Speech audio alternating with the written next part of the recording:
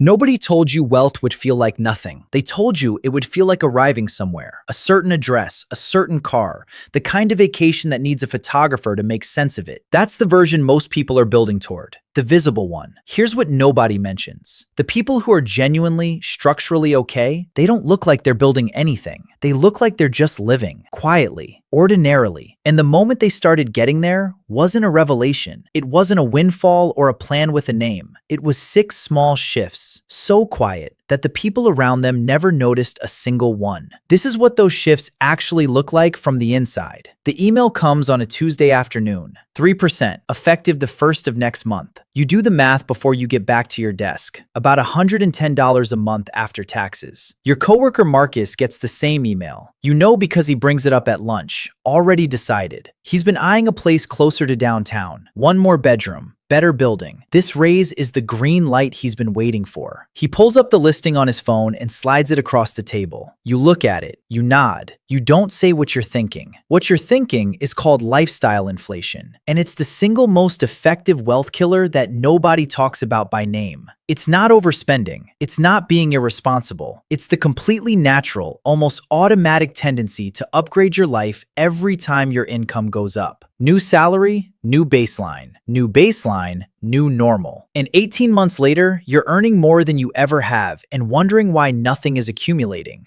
You watched it happen to yourself at 25. You got a raise, upgraded your car 6 weeks later, and spent the following 14 months feeling the exact same financial pressure, just with a nicer steering wheel. The raise dissolved. The life adjusted up to meet it. This time, you do something different. You log into your account and increase your automatic transfer by $80 a month into a high-yield savings account currently paying around 4.5% annually, not a regular savings account, which the national average sits at just 0.46%. That difference, on $10,000, is $400 a year you'd otherwise be leaving on the table. You close the tab. You go back to work. Here's the math on what Marcus just did. If his new apartment costs $400 more per month than his current one, that's $4,800 a year. Over 5 years, that's $24,000 that will never compound, never grow, never work for him while he sleeps. He won't feel it this month. He'll feel it at 42. The average American saves less than 5% of their income.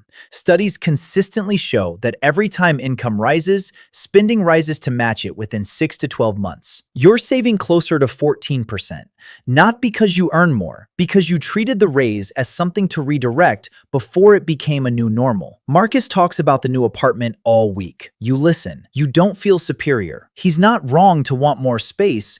You just want something different. You want the gap, the distance between what comes in and what actually leaves. That gap is where everything else in this story gets built. The call comes on a Wednesday morning. Unknown number, local area code. You let it go to voicemail. 4 minutes later, you listen. Your car is ready. Total is $912. You put the phone down. You finish the email you were writing. That's the whole moment. 2 years ago, that phone call was a different kind of Wednesday. You'd sit in the parking garage, run the math with your eyes closed. Which card had room? Whether you could split the payment, whether it was going to spiral into a balance you'd be paying interest on for 6 months at 22% APR.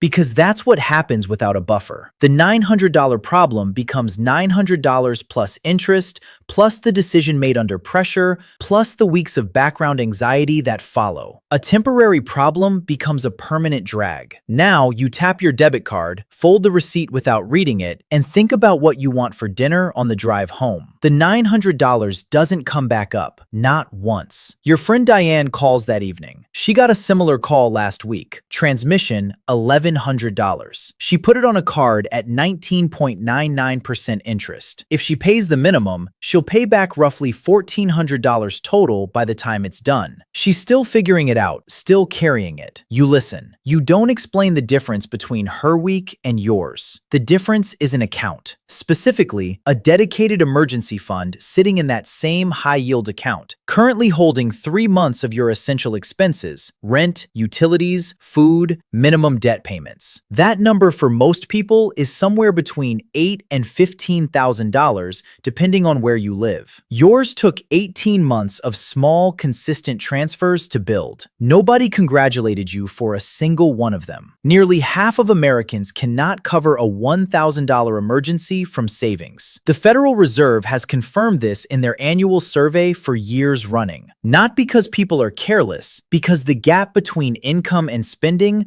was never wide enough to leave anything behind. 3 months of expenses is the minimum target. 6 months is where you actually feel it. The psychological shift that happens when you cross 6 months of coverage is hard to explain until you felt it. Problems stay the size they actually are. A Wednesday stays a Wednesday. The message comes in on a Sunday night. Your friend Sophia is getting married in October. The bachelorette destination is Scottsdale. 4 nights. The breakdown. Flight split 5 ways. Hotel, resort day, dinners. Total at the bottom, $1,300. You have $1,300. That's not the question. The question is, what $1,300 does from here. At a 7% average annual return, the conservative, inflation-adjusted historical average of the S&P 500, $1,300 invested today becomes roughly $2,500 in 10 years. Not because of anything clever, just because of time and an index fund. You make tea, you come back to it. The pressure in this moment isn't coming from Sophia. The pressure is ambient, built into the cultural assumption that when you have money, you spend it. That's what having it means. The raise gets spent. The tax return gets spent. The bonus gets spent. Each one absorbs so quickly, it might as well not have happened. What changed for you isn't the money. What changed is the pause. There's a beat now between wanting something and doing anything about it that didn't exist before. A moment where you run the real calculation. Not can I afford this, but what does this cost me in future options? For Scottsdale, the answer doesn't come clean. Monday morning, you text Sophia separately. You tell her you're so happy for her and you're sitting this one out. She sends a heart. The group chat moves on. You take the $400 you would have put toward the deposit and move it to your Roth IRA. In 2024, the annual Roth IRA contribution limit is $7,000. Every dollar you put in grows completely tax-free. On $400 compounding at 7% for 30 years, the tax-free growth alone is worth more than the principal you put in. The IRS will never touch a cent of it. It takes 4 minutes. Nothing marks the moment as significant except the quiet knowledge that you made it. You set it up 14 months ago on a Sunday afternoon, 40 minutes total. You opened a brokerage account, linked your checking, and scheduled $500 to transfer on the first of every month into a low-cost index fund tracking the S&P 500. Expense ratio, 0.03%. That means on $10,000, you pay $3 per year in fees. Some actively managed funds charge 20 times that and underperform the index anyway. Over 80% of actively managed funds fail to beat the S&P 500 over a 10-year period. That's not an opinion. That's track data going back decades. You didn't tell anyone. You closed the laptop and made lunch. Your coworker Trevor picks individual stocks. He checks them daily, has opinions about earnings calls, sold everything in March when the market dropped 7% because it felt like the right move. He got back in 2 months later at higher prices. The academic term for what he did is panic selling. Studies show it costs the average retail investor somewhere between 1.5% and 3% per year in returns,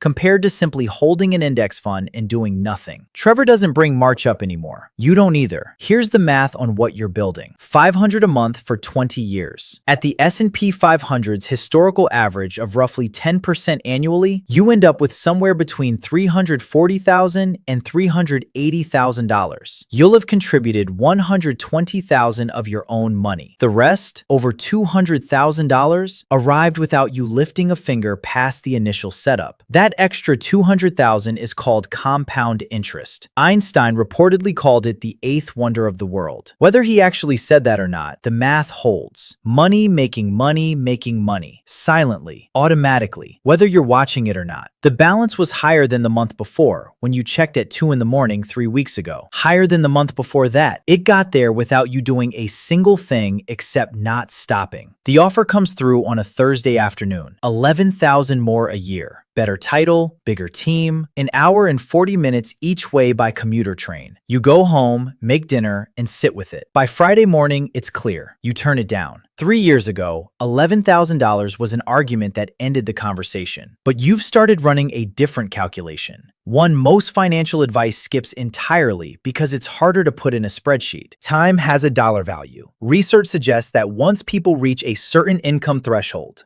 studies place it somewhere between $75,000 and $100,000, depending on location and cost of living. Additional income contributes significantly less to daily well-being than additional free time does. The commute Trevor at the old job loved? 3.5 hours a day. That's roughly 900 hours a year. At your current effective hourly rate, that commute costs you more than the raise pays. You pay Nate's cleaning service $130 twice a month to handle your apartment. Your friend Nate thinks it's wasteful. He spends 3 hours every Sunday doing it himself. But Nate is trading 3 hours, which he could use to rest, to learn something, to spend with people he cares about, to save $130. At his hourly rate at work, those 3 hours are worth more than he's saving. He's losing money while feeling financially responsible. This is the shift that doesn't show up in a bank account. It has no number attached to it. But once you start treating your hours as an asset to be protected, rather than a resource to be sold, almost every financial decision looks different. The job offer was $11,000 more per year. The commute cost you more than that. The math was simple. What changed was that you finally ran it. You open the spreadsheet on a Sunday in February. No particular reason. Coffee is brewing. The laptop is just there. Checking, $3,100. High yield savings, $8,400. Brokerage account, $11,300. 401k, you've been contributing enough to get the full employer match, which is free money most people leave behind, $22,000. Car loan remaining, $13,500. Net worth, assets minus liabilities. You write the number at the bottom. Then you pull up October's entry. The difference is $17,200 in 4 months, without a windfall, without anything going dramatically right. Just the gap, doing what gaps do when you leave them alone long enough. Your friend Angela earns more than you do, meaningfully more. You know because of the apartment she moved into, the trips she takes, the way she talks about spending. Loose, unconcerned, like someone who has never run the other calculation. Last year, she mentioned she had no idea what her net worth was. She laughed when she said it. You smiled and changed the subject. The median net worth for Americans in their early 30s is around $35,000. Half of Americans have less than that. Not because they haven't worked hard, because nobody taught them to watch the number that actually matters. Income is just water coming in. Net worth is how much is in the tank. At 31, your number doesn't feel like wealth. It doesn't feel like something you'd mention at a dinner party. But a number growing measurably, month over month, is completely different from a number sitting still. One is a balance. The other is a direction. And direction, held long enough, becomes distance. The coffee is ready. You close the laptop. Every decision from the last 2 years is sitting quietly in that bottom line. The transfer Marcus didn't make. The car Diane had to use. The Scottsdale trip you skipped. The commute you turned down. The $500 that moved on the first of the month while you were in the shower. None of it felt like progress while it was happening. That's exactly what it was. That's exactly what it is. This week, something routine will happen. A raise will come in. A repair bill will arrive. An invitation will land that assumes you're going. A number will come in and immediately pull toward becoming something else. Notice the pause, that space between wanting and doing. That's where everything is actually decided. Not in the big moves, in that second. The hard part is that knowing this doesn't make tomorrow easier. Moving in a direction most people around you aren't is a quiet thing to carry. But here's what stays. At some point, not dramatically, not on a date you'll be able to name, the life you've been quietly building becomes the life you're actually living. You won't feel the seam between them. That's the whole point.